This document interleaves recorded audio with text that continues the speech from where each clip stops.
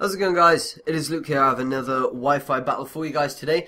This was a battle against a guy, actually, by the name of Pokefro9111. He was really cool. I was chatting to him on the Pokemon Wi-Fi Zat, and he was really cool about it. You know, I was kind of being a bit pushy because it was getting late, and I was like, you know, can we battle? And kind of telling him to hurry up, really, but that was quite rude. But he was really cool about it, and so we have this battle. So thank you for the battle, and let's get into it. So he leads with an Infernape. I'm going to lead with my Rotom, seeing as it was a good matchup again for his team. He goes for the U-turn here. I should have taken that as Scarf, seeing as I think this Rotom's max speed, but I'm not too sure. Anyway, what ends up happening is he U-turns out into his Heatran as I end up going for the Volt Switch. Just because I hit everything on his team with the Volt Switch, and of course I get the initiative if he decides to switch, and if he stays in, then I get some damage off. So I can freely go out to my Keldeo on his Heatran, which is nice, and he's obviously going to be forced to switch. He ends up going out to his Lucario. I'm not really too sure what for. I was kind of expecting the Suicune, to be honest. But I decided to go for the Hydro anyway because I am Choice Specs, and that would have done a good chunk to Suicune, probably around the 35% mark, depending on what kind of set it is or what kind of EV spread he's running. Anyway, I decide to switch out on the Suicune because there's no real point in me staying in. I end up going out into my Rotom as he goes for the Hidden Power. I'm guessing he either predicted a switch to something, or that was supposed to be Hidden Power Electric. It might still be, actually. So he ends up switching out now because obviously he doesn't want to get hit by a Volt Switch, and I do end up going for it again just because, again, it hits everything on his team. There's no reason for me not to go for it. I do get the Switch initiative, and I can bring in, again, anything I want to suit the matchup, basically. So I end up going back out here into my Keldeo. Again, because obviously it's a great matchup, it hits everything on his team.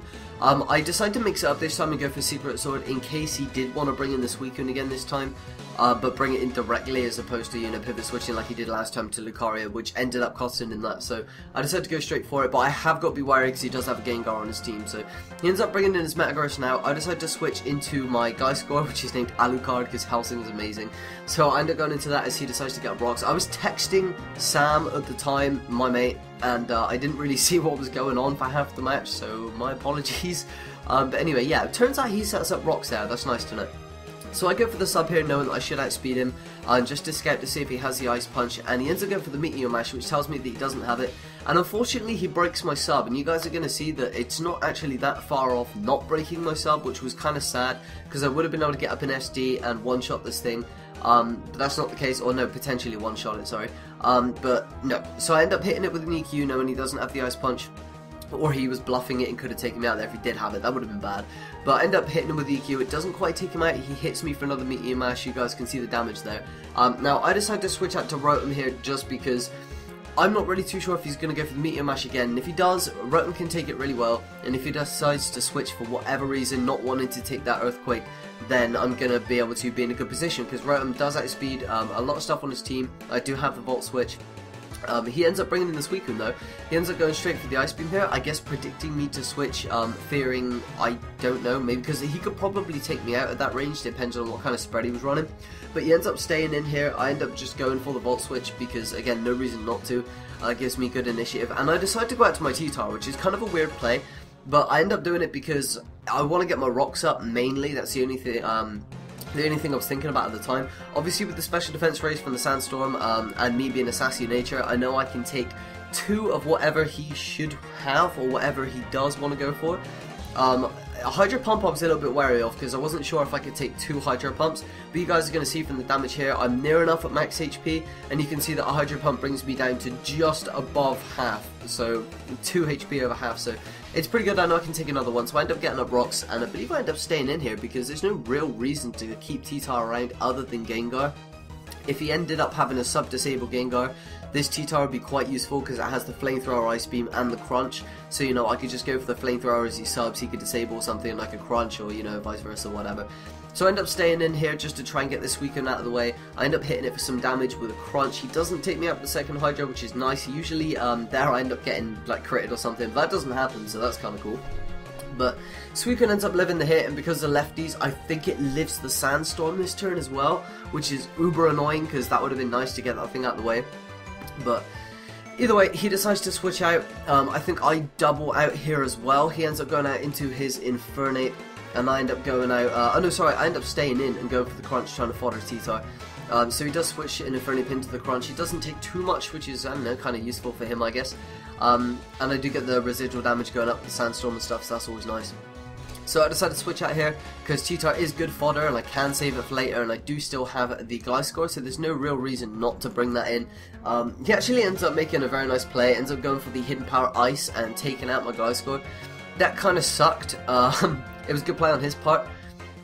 Obvious prediction, but nonetheless nice to see, you know, obviously somebody just taking the time to think about the play that they're doing, because not many opponents that I battle do that, which is a shame, because you know, obviously it means the Wi-Fi battles aren't that great that I put up for you guys, but no, he makes a nice prediction, gets the Hidden Power Ice, that does take out my Gliscor.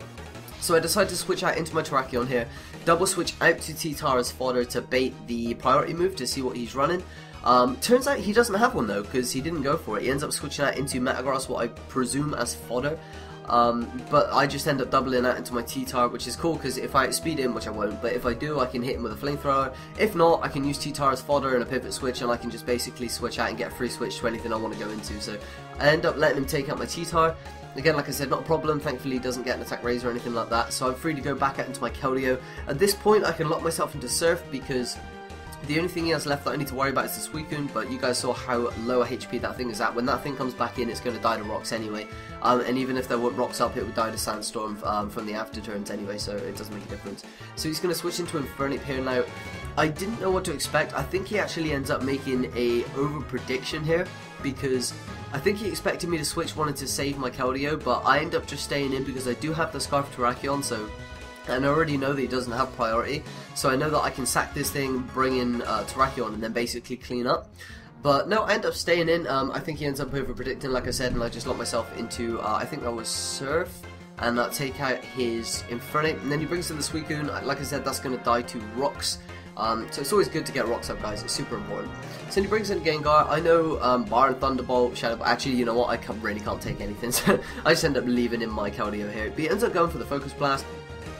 It doesn't take me out, and I'm able to take him out with a Surf. So, good game, PokePro9111, guys. You can find his link in the description. If you guys would check him out, say hi from me, that would be great.